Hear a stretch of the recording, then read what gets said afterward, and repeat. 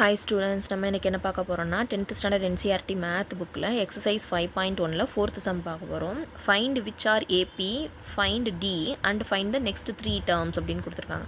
First கொடுத்திருக்க அந்த sequence வந்து காமன் டிஃபரன்ஸ் கண்டுபிடிக்க போறோம். அதாவது என்ன பண்ணுவோம், இது T1, T2, T3, T4 னு வச்சிருப்போம். காமன் டிஃபரன்ஸ் வந்து எல்லாத்துலயும் ஈக்குவலா வருதான்னு செக் பண்ண போறோம். அதாவது T2 minus T1, அதே மாதிரி D is equal to T3 minus T2, அதுக்கப்புறம் என்ன D is equal to T4 minus T3, that is equal to T2 minus T1 என்ன வரும் 2A minus A is equal to A.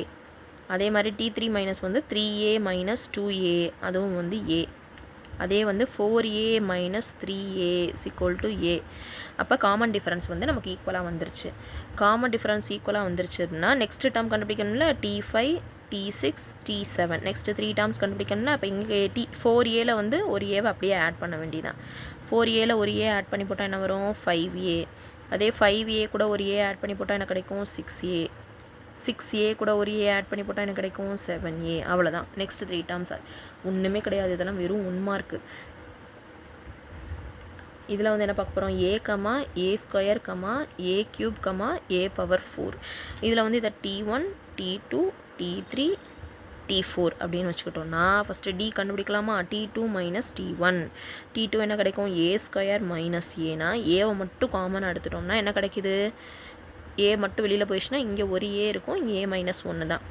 அடுத்த T வந்து T3 minus T2. T3யோட value என்ன கிடைக்கிது A cube minus A square. இதுலேருந்து எதை காமனாக எடுக்கலாம், A ஸ்கொயரை காமனாக எடுத்தால் தான் A மைனஸ் 1ன்னு கிடைக்கிது. So A into A minus 1 is not equal to A square into A minus 1. ரெண்டுமே என்ன வந்து not equal. So the given sequence is not an AP அப்படின்னு எழுதி முடிச்சிட வேண்டியதுதான். இப்போ நெக்ஸ்ட் சம் பார்ப்போமா. 9th சம் ஒன்று இருக்குது. இது வந்து √2, √8, √18, √32. இப்போ என்ன பண்ணலாம், this is T1, T2, T3, T4. Okay, term எப்படி இருக்குது அப்படின்னு சொல்லிட்டு பார்க்காம இது எப்படி நம்ம சேஞ்ச் பண்ணி எழுத போகிறோம்னா √2 ஃபஸ்ட்டு அப்படியே எழுதிக்கலாம். 8 வந்து எப்படி எழுதலாம் பாருங்களேன். 8 வந்து 2, 4 2s are 8, 2 2s are 2 2s are வரும்.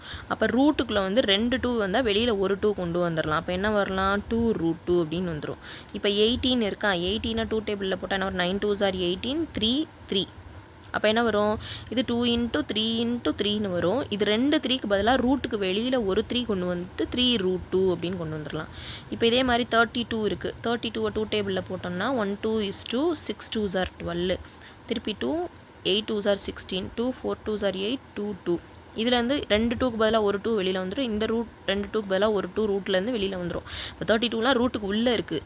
அதாவது இது ஃபுல்லாக ரூட்டுக்குள்ளே எழுதுவோம். ஃபார் எக்ஸாம்பிள் இப்படி 32க்கு பதிலாக 2 × 2 × 2 × 2 × 2ன்னு எழுதுவோம். இந்த 2 2க்கு பதிலாக ஒரு 2 வெளியில் வந்துடும். இந்த 2 2க்கு பதிலாக ஒரு 2 வெளியில் வந்துடும். அப்போ 2 2s are 4ன்னு வெளியில் வந்துடும். ரிமைனிங் 2 மட்டும் இருக்கும். இப்போ இதை வந்து T1, T2, T3, T4ன்னு வச்சுட்டு நம்ம செய்யணும். இப்போ காமன் டிஃப்ரென்ஸ் கண்டுபிடிச்சோம்னா என்ன வரும், T2 minus T1 is equal to T2ஓட வேல்யூன்னு வரும் 2√2 மைனஸ் √2. ஆன்சர் என்ன கிடைக்கும், 2√2ல் √2 சப்ட்ராக்ட் பண்ணிட்டோன்னா 1√2 கிடைக்குமா. அதே மாதிரி D is equal to T3 minus T2. T3யோட வேல்யூ என்னது 3√2 தான் இருக்குது. இதில் வந்து எதை சப்ட்ராக்ட் பண்ணணும் 2√2 சப்ட்ராக்ட் பண்ணால் வெறும் √2 மட்டும்தான் கிடைக்கும். அப்போ எல்லாமே ஈக்குவலாக வருது. அதே மாதிரி D is equal to T4 minus T3. அப்போ என்ன கிடைக்கும் 4√2 தான் இருக்குது T4ஓட வேல்யூ. T3யோட value minus 3√2.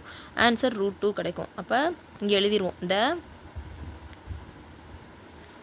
given sequence is an AP.